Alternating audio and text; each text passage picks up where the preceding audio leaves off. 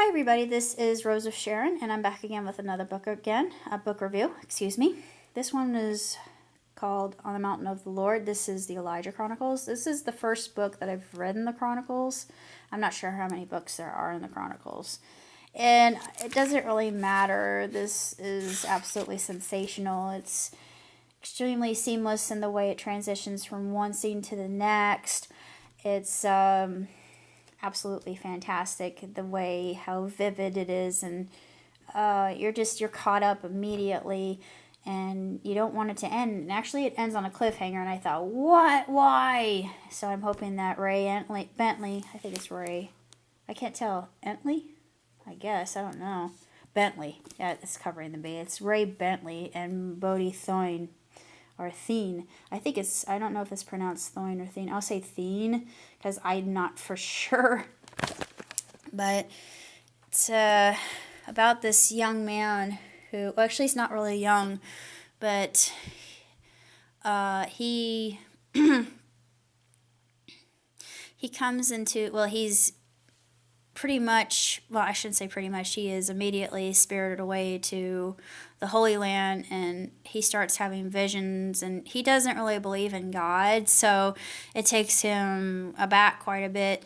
And I can only imagine, I'm sure that other people who have had this similar experience, if they just get caught up with dreams. I mean, I have dreams all the time, so it's nothing new for me. I'm a believer, but for someone that's outside, it's different. It's almost like, why would you choose me? And God chooses the most unlikely candidates, like Saul. If you look at the story of Saul, we all know he was a persecutor of the Jewish people at the time, and he was a Pharisee of the Pharisees. He was taught by Gamaliel, so he was quite respected. And of course, he had that encounter in Emmaus with Jesus himself, and fell off his high horse, quite literally, was blinded, and a prophet came to him, put his hand over his eyes, and the scales fell off his eyes. And then he told him what he must do, and of course he said, "You're no longer Saul but Paul." And of course Paul was probably thinking, you sure you got the right guy? Because I can think of 1,000 other people who would be far more suited for this position than me. And of course he was plagued with a thorn in his side, and it never really reveals as to what this is, and a lot of scholars think maybe it was an ulcer or some kind of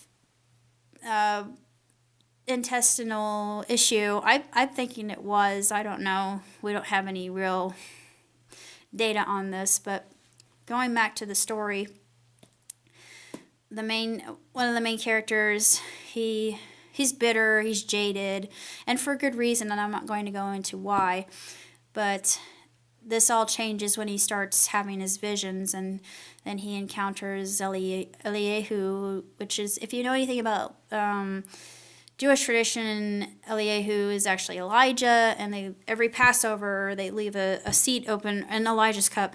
They leave a seat reserved for Elijah, so he can return, usher them into the new glorious age and millennial age. I know quite a bit about this because I've studied it, and it's all logged in here in my file cabinet for good keeping.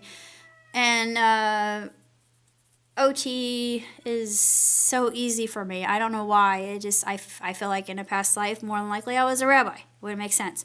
Plus,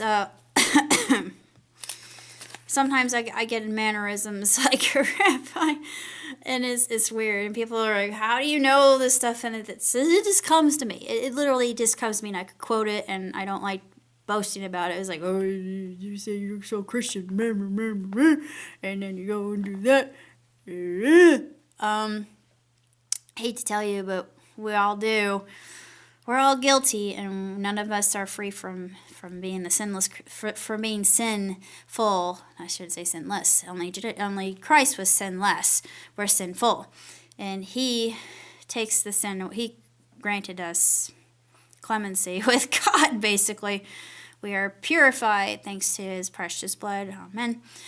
I know I shouldn't be waving my flag, but main character undergoes transformation. I just discussed that, and it ends up in the air, and I think, that's what irritated me. I thought, it's gotten so good. It's only 200 some pages, and I would have finished it a lot earlier, but I was in my car.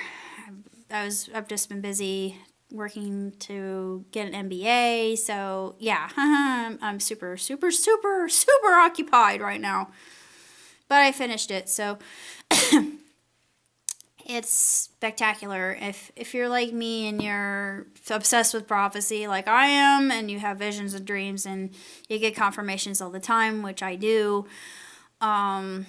I don't know if I would consider myself a prophetess or not, because it's hard to say, and I don't really want to give myself that title, because people are going to, oh, do you see this? Do you see this, or this, and this, and this? Can you help me? Blah, blah, blah. Yeah, I know I can't lay claim to that.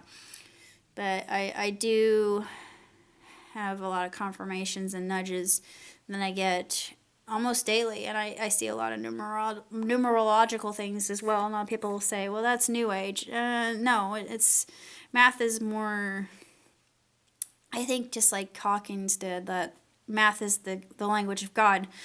I think the universal language comes in the form of math, which I can't possibly comprehend, which I did, but I don't, because my mind is more lyrical and creative and more it's less I guess I am analytical, but the numbers, I should say, numbers based or empirical. I'm more linguistic. Yeah, that makes more sense, because languages are simple to me. It's a pattern. I can follow a pattern. If I could plug and play with a pattern, then it's simple. It's so easy.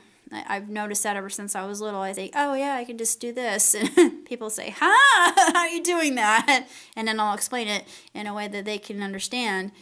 And then they catch on, and it's teachable. Just like Einstein stated, if you can reveal something that is the most lofty, heady concept and reduce it to childlike understanding, then it could be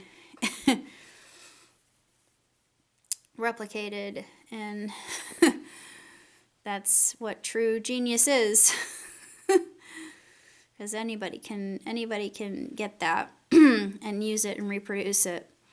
But anyway, I'm getting on all sorts of topics, and sorry for that, because my mind tends to jump. But it's a sensational book. I highly recommend it. I didn't know Mr. Bentley or Bodhi Thien before, and they write splendiferously well, and I'm really happy that I was able to read it, and hopefully they will be producing another one, because I want to know how this ends. They have to put an epilogue to it, because it's just it's literally up in the air.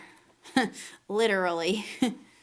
I hate that, but actually, let's see.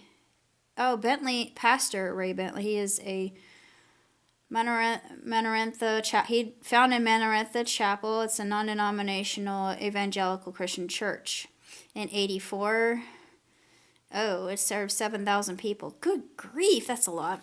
Anyway, says Manorantha Media produces a variety of printed audio and video resources. I had never heard of Manorantha, so this is the first time. Holy Land Key, that's his latest. He's authored 5 books. He's married to Vicky, and they have 2 grown children and 7 grandchildren.